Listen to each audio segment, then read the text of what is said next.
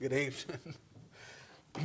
That's what they had old Brother Barnard come to town, and he was my age. He was in his early 40s when that happened. It's a pleasure to be here with you, and I want to send the greetings from the brethren there in San Diego and California. Many of them told me to tell you hello and send their love to you, and it's a privilege to be here with you, and it's a privilege the Lord lets me preach. And I was talking about earlier, I said, I like preaching. I do. I read some things. Parts of the week I don't, if I'm looking for a message. But if I think the Lord's gave me something, I'm excited to tell somebody else. I hope this is good for you tonight. If you will, let's turn to Genesis 46. Genesis 46. We've been going through Genesis there in California, and I know you all have here, just finished up this summer. And we've been looking at Joseph for a long time as a picture of Christ. And Jacob, as the Lord calls him, Israel, as he's named, that's us. I'll give you a little background that Jacob had been cast into prison and were sold off and then cast into prison, and now he's running Egypt. And his brothers came. They were hungry 2 years into this famine. And he changed his tone with them. It seemed like he was dealing sternly with them and rough, but he was dealing with them in love. It seemed harsh at the time. And he said, you go get your father. Second time they went back. He said, go get your father. I'm going to send wagons. You're going to tell him everything I've told you. And you're going to take these wagons from Pharaoh, and you're going to bring him back. I'm going to send witnesses and wagons. I'm going to tell you about it, and I'm going to provide the provision for you to return to me. So he did. He sent those to him, and his brethren talked to their father Jacob, and they said, he's alive, and he's sent for you, and we're wrong. And they told everything that Joseph told, word for word. And Jacob, he heard that, and he saw the wagons, and he said, this is enough. This is enough. This is good. It's everything I've needed. This is all my salvation. This is all my desire.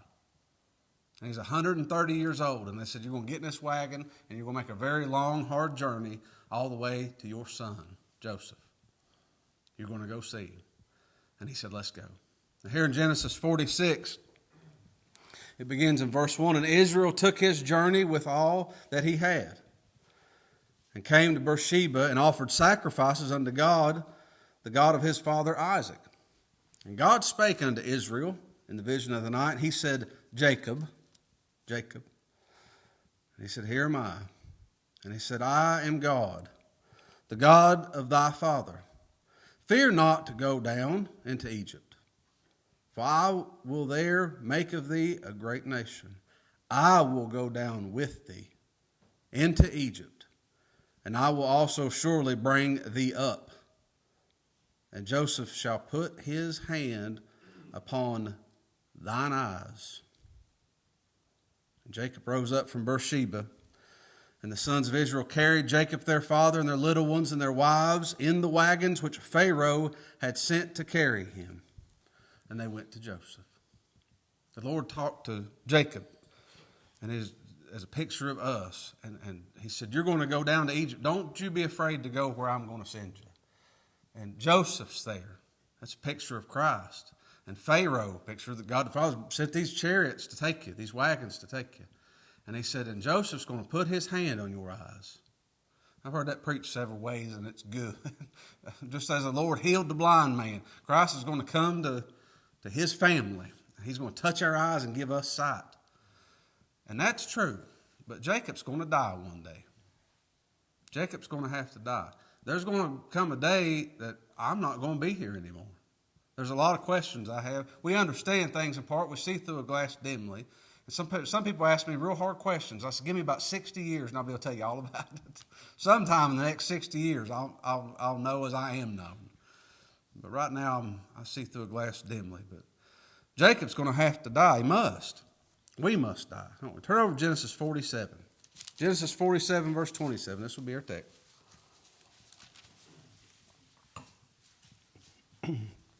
Jacob had made it to Egypt, and Joseph had him settle in the land of Goshen, the finest land, and they just multiplied. And that famine had been for 2 years, and they showed up, and he said, you got 5 years left. It's going to be rough, but the Lord will provide for you. And here in Genesis 47:27, and Israel dwelt in the land of Egypt, in the country of Goshen, and they had possessions therein, and grew and multiplied exceedingly. And Jacob lived in the land of Egypt 17 years. So the whole age of Jacob was 147 years. And the time drew nigh that Israel must die. And he called his son Joseph, and said unto him, If now I have found grace in thy sight, put, I pray thee, thy hand under my thigh, and deal kindly and truly with me.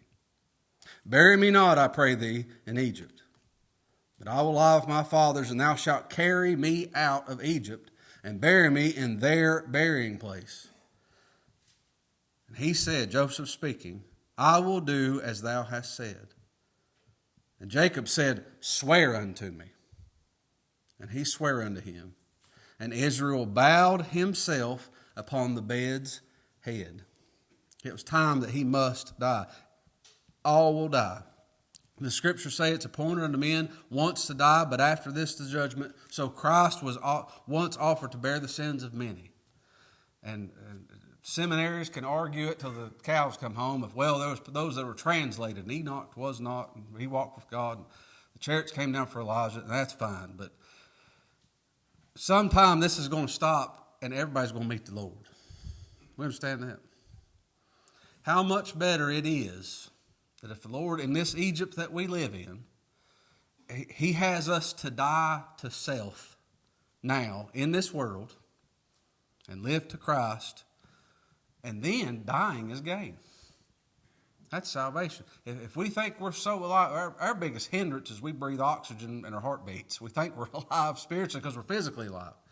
But if He makes us die to self, He slays us. That law comes, and I died. And He's my only hope.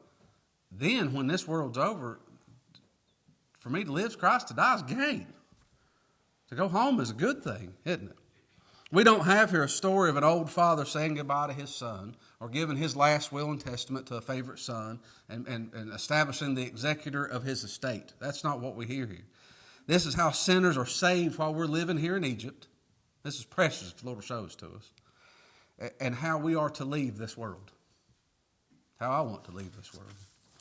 It's not my business to teach people how to live. The scriptures have instruction for us, and I know what they mean. As we work through a book, these things are obvious. But I hope I'm able to help people to die. You're going to meet your Maker one day. We looked it up before. I think it's 150,000 people a day die. That breaks my heart. I want to preach to them. I want this gospel to go forth to them, don't you? Sometimes we have loved ones go. There's a lot to learn in these scriptures, but we're going to meet Him. The time must come. Verse 29, Genesis 47:29, it says, And the time drew nigh that Israel must die. We must die now. We have that need, and most don't know it. We must die to sin. We must be dead to ourselves. We must be dead to the law, or we will perish forever. And for Israel, that's the prince with God. That's us Jacobs here. It says we must die. That's good news. You get that? For God's chosen people, those that represent the ones that Christ died for, this is going to happen. God says so.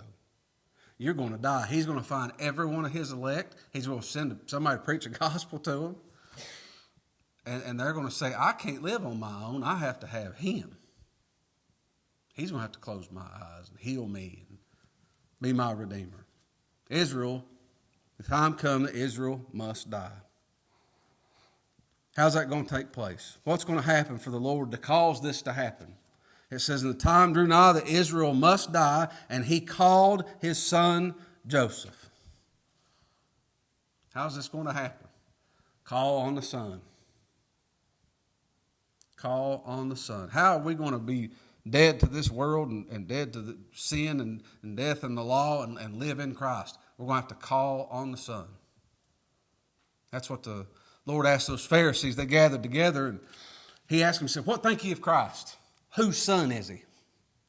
And they said to him, he is the son of David. He said, how then doth David in spirit call him Lord, saying, the Lord said to my Lord, set thou on my right hand till I make thine enemies thy footstool. If David then called him Lord, how's he his son? He posed this question. And in that culture at the time, and until recently, elders were respected, and it would be just preposterous for a father to respect a son or a grandson or something like that. They couldn't understand it because it was just physical deep. They were Egypt deep, wasn't they?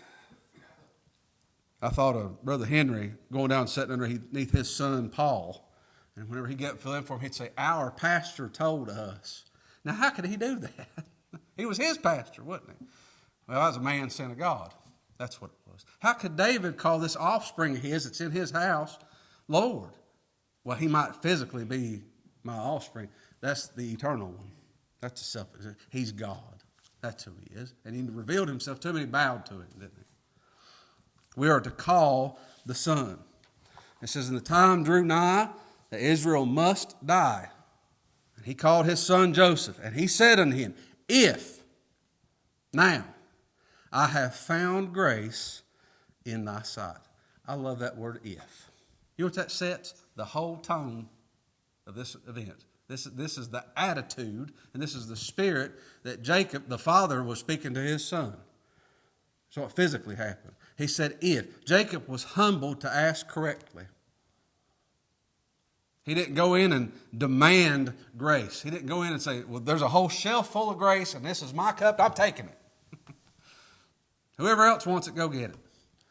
He had a good attitude. He said, if I found grace. He did not have the attitude saying, son, I raised you. I fathered you. Do you remember all the things I did for you? I changed your diapers. Remember that coat I made you? That coat of many colors? I know it made the other ones jealous, but look at all the good things I've done for you. He said, I found grace in thy sight. If I found grace in thy sight. Not, well, your brethren come back. They did something wrong, and I was mad at them for the whole time you've been down here in Egypt. And I really missed you, and I cried a lot of tears because of you, because I just really liked you. He said, if I found grace in thy sight. You see this picture of coming to Christ? We come to the Son, and we don't demand things to him. We plead for mercy. We plead for grace. Now, was that me because I'm so good and I did that? He put that heart in him. It was his will and his purpose and his wagons that sent for me and brought me there and spoke that grace in my heart to ask him for mercy. If. Verse 29, and the time drew nigh that Israel must die. This is going to happen. And he called his son Joseph and said unto him, if now I have found grace in thy sight, put, I pray thee, thy hand under my thigh. What's that? Well, the commentators have a lot to say. It's a sign of a covenant in those days. This was something that would take place when a covenant was established, and that may help them. Does that help you? This is good. We need a covenant. Turn back a little bit to Genesis 24. This is foreshadowed there with Abraham. Abraham had a servant, Eleazar, that was just... I want to be a servant like Eleazar was. He didn't complain and worship the Lord as his master taught him. But he was going to send his servant out to go get a bride for his son. You see a picture there? Genesis 24, verse 1. And Abraham was old and well stricken in age, and the Lord had blessed Abraham in all things. And Abraham said unto his eldest servant of the house that ruled over all that he had, put, I pray thee, thy hand under my thigh, and I will make thee swear by the Lord, the God of heaven and the God of earth, that thou shalt not take a wife unto my son of the daughters of the Canaanites among whom I dwell, but thou shalt go into my country and to my kindred and take a wife unto my son Isaac. He said, you put your hand under my thigh. This is this covenant. We're going to swear here. And you're going to swear to me by the God of heaven and earth. You're going to go get a bride I've decided. The bride I've chosen from the place I've chosen for my son. That's a covenant. There's a true sign, isn't it? But it's explained in the covenant. This is what the act was, but this explains the true covenant that we had. Turn over there to Genesis 32. I thought of this.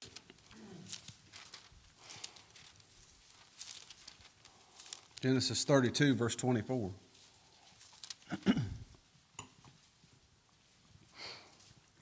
Genesis 32, 24. And Jacob was left alone, and there wrestled a man with him until the breaking of day. And when he saw that he prevailed not against him, he touched the hollow of his thigh. And the hollow of Jacob's thigh was out of joint as he wrestled with him.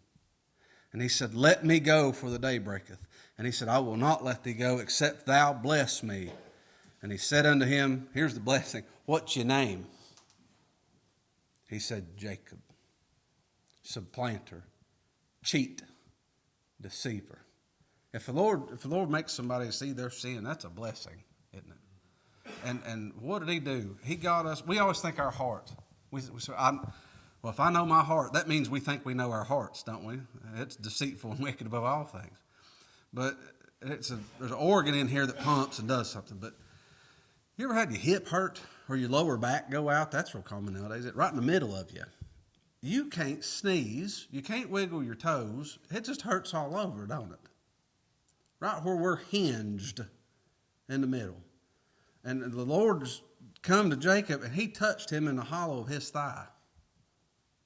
Broke him, made him submit. And he said, what's your name? He said, I'm called by what I am. I'm sin. And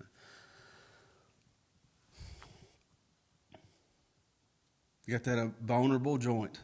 He got touched there. Now back in Genesis 47.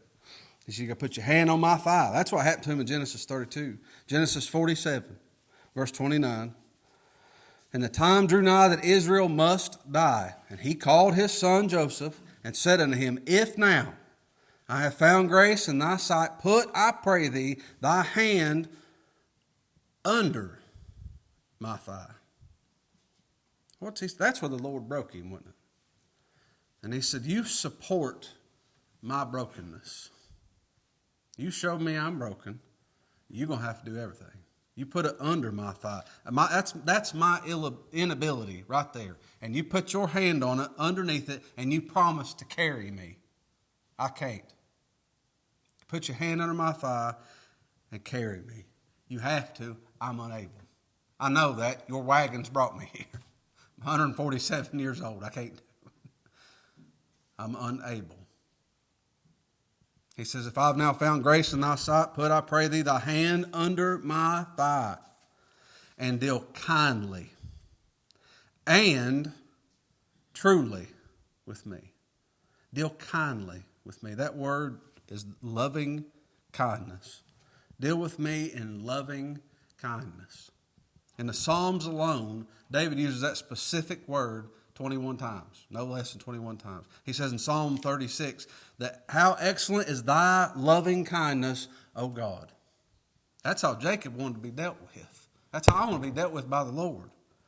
In loving kindness. Deal with me tenderly. And he says, therefore the children of men put their trust under the shadow of thy wings. Because you've dealt with me that way, I trust you, Lord. Dealt so kind to me.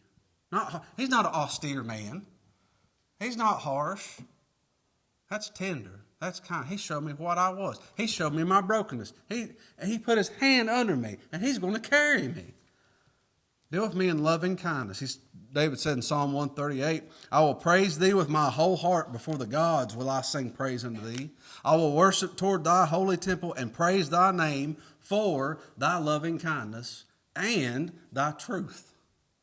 Because of that kindness, that loving kindness, and because of your truth, I'm going to worship towards your holy temple. The Lord said what he would do for Gomer, didn't he? He said, I will betroth thee unto me forever. Yea, I will betroth thee unto me in righteousness and in judgment and in loving kindness. And it doesn't stop there. He said, I'll betroth you to me in mercies. I'll even betroth thee unto me in faithfulness. And thou shalt know the Lord. I want to be made faithful. That's what old Darwin said that a couple of years ago. And it's just so simple, but so true. A man either preaches the gospel or he don't. You either send a God to preach or you don't. And the only requirement of a steward is not to be good or to do it for a long time. It's to be faithful. He's going to have to make me faithful. And that's awful loving and kind, I think. I want to be made faithful. Here in verse 29 again. The time drew nigh and Israel must die.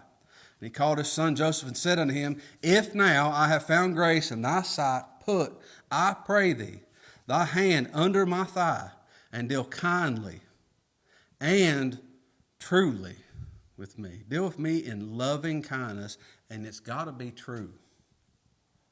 I don't want you to say it. I want you to do it. I don't want it to be as if you love me. I want you to. This has to be just. This has to be legitimate, above par. Pick a phrase. It means good and holy and right. It's got to be true. Turn over to Psalm 51.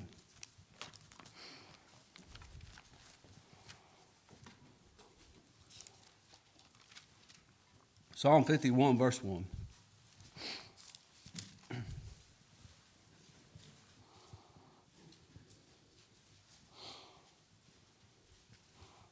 David says, Have mercy upon me, O God. This was after he found out he needed mercy, wasn't it? This is after Nathan come to him and he said, You're the man. And David, there ain't nobody else on earth. It's me. I'm guilty. And he needed mercy, so he cried for mercy. Have mercy upon me, O God, according to, this is in direct proportion, according to thy loving kindness, according unto the multitude of thy tender mercies, blot out my transgressions. Wash me thoroughly from mine iniquities, and cleanse me from my sin. For I acknowledge my transgressions, and my sin is ever before me. Against thee, and thee only have I sinned, and done this evil in thy sight, that thou mightest be justified when thou speakest, and be clear when thou judgest. Lord, I've sinned against you, and you need to be just, and I need you to justify me. And this has to be clear when thou judgest. This has to be true and holy when you do it. Turn over to Romans 3. Our brother read that earlier, and be good to look at it again. Romans 3, verse 23.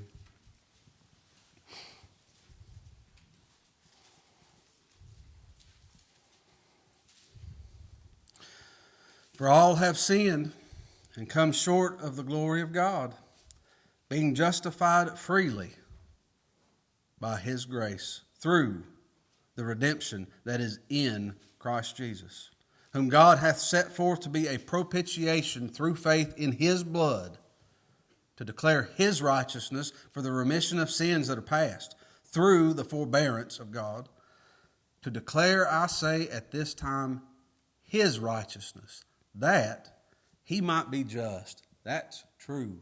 He might be true. And the justifier. That's kind. That's love. Of him which believeth in Jesus. How did we get there?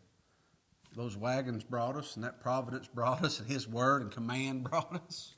He supplied everything. Where's boasting then? Jacob's like, well, I was leaning out the side of that wagon. I was pushing that wheel. If, that's the attitude. If I found grace in his sight. Where's boasting then? It's excluded. By what law? Of works? Nay, but by the law of faith. Therefore we conclude that a man's justified by faith without the deeds of the law. And that's just. That's true. That's right. Because of Christ, because of his shed blood, because he became me and bore me, and I'm made him. The righteousness of God in him. Because of that, it is perfectly right, it's true, it's acceptable that I enter into the presence of a holy triune God that I offended, I was at war with. It's right. It's hard for me to say that. It's just right. It's right for me to enter, when my mother was alive, to enter her home. I have every right to be there. I didn't go kick the door in and knock tables over. I was respectful, but it's right for me to be there. It's right. David said, although my house be not so with God, yet he hath made with me an everlasting covenant. He's the one that hurt my thigh, and he's the one that put his hand under my thigh, and he's carried me out, and he's revealed that now. What do you think's going to happen when this life's over? He's promised these things. That's exactly what's going to happen. He's going to see it through, isn't he? It's ordered in all things, and it's sure. And this is all my salvation, and it's all my desire. Do you want it any other way? I don't. This is wonderful. Although he make it not to grow. It doesn't seem in this world like it's getting any better, does it? Them brethren were there in Egypt, and there's 2 years of famine into it, and they had 5 years left, and it's bad. It's probably going to get worse, and this body's going to break down more, and we're going to see our sin more, and that's just, it's horrible.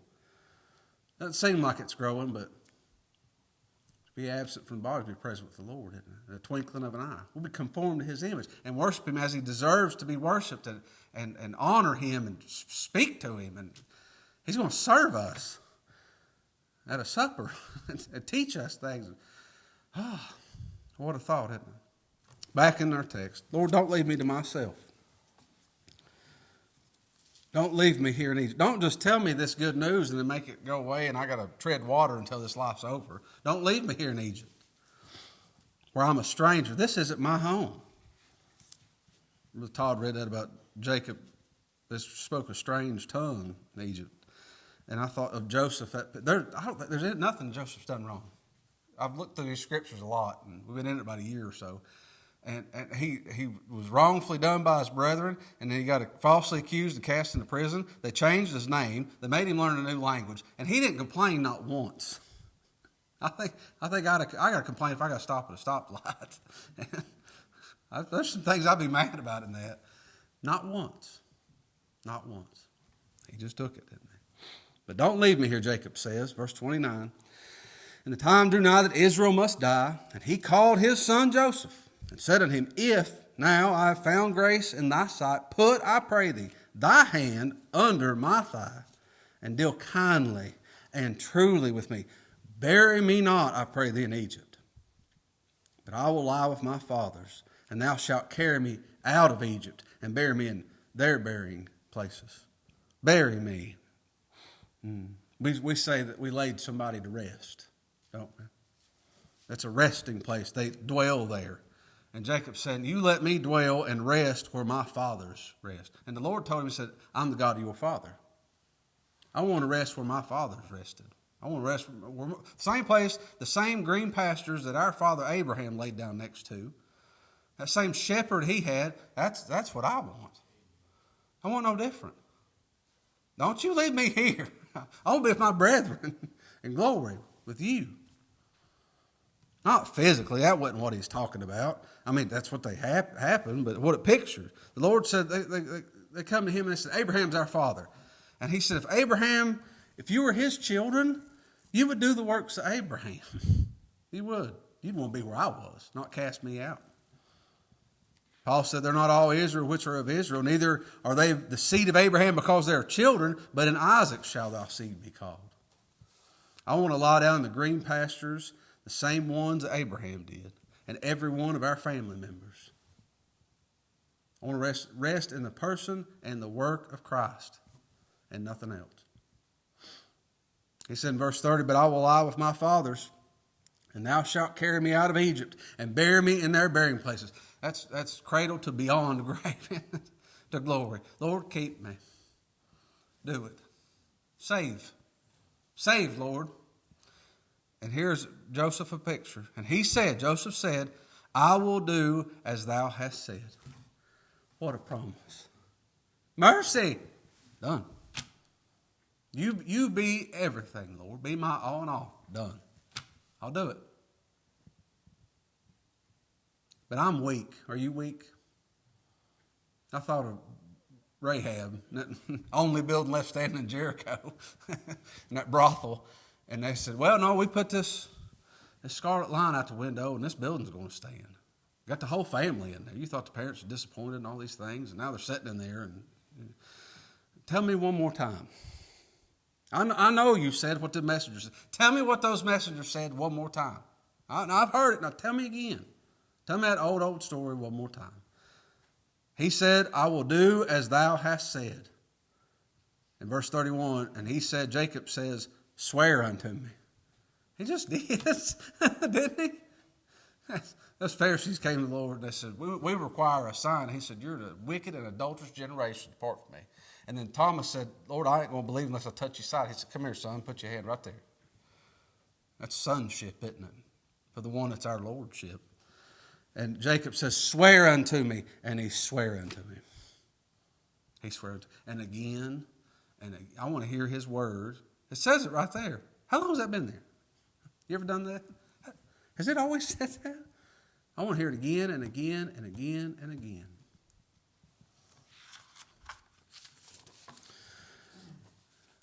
What will happen if the Lord shows us our end? That's what Ecclesiastes says. It's better to be in a house of mourning than in the house of feasting. And the living will lay that to heart. If the Lord shows us our end and He shows us what we are, what's going to happen? We're going to come to the Son. We're going to call on Him. And we're going to find grace in His sight. He ain't going to find grace in our sight. We're going to find grace in His sight. And He's made a covenant with us. We weren't even there then. He's going to reveal that covenant to us. And He's going to deal with us lovingly, in loving kindness. And He's going to deal with us in truth. It's not going to be pretend. It's not going to be as if or in truth. And He's going to carry us. And He's going to promise it to us. And then He's going to swear it to us again. And then I'm going to get weak next week, and I'm going to worry, and He's going to swear it to us again, isn't it? What's going to happen if the Lord does this in somebody? There's going to be a response to His ability. Look at verse 31. He said, swear unto me, and he sware unto him. And Israel bowed himself upon the bed's head. He bowed himself. That means he was prostrate. Obeisance. He worshiped. He worshiped. If the Lord does these things, you're going to worship. You're going to worship. And I thought, too, back in Genesis 37, you can read it another time, but Joseph had this dream about his brothers, and they said, are you serious? And that's what spurred up. They wanted to throw him in a pit, get rid of him. But he had another dream, and he said, even the stars and the moons will make obeisance to me. And he told Jacob that, and Jacob said, hold on, now that's fine if your brothers are about it. You mean me and your mother's going to bow to you? You better stop that. That ain't going to happen. We will not make obeisance to you. And then you know what did it say? He bowed himself upon the bed's head.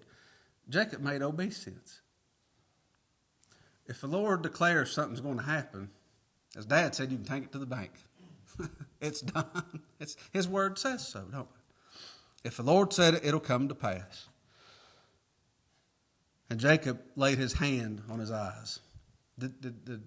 Or Joseph laid his hands on Jacob's eyes. And I thought, he closed his eyes in death. The Lord tells us in His word, I'll be with you always till the end of the world. I'll close your eyes. Be right there. Carry the whole way and close your eyes at the end, and you'll be with me forever. That's a good way to die, isn't it? That's a good way to leave this sin-cursed earth, worshiping the Son, making obeisance. I pray He'd let me do that. That'd be a good way, wouldn't it? All right. Brother Todd, thank you.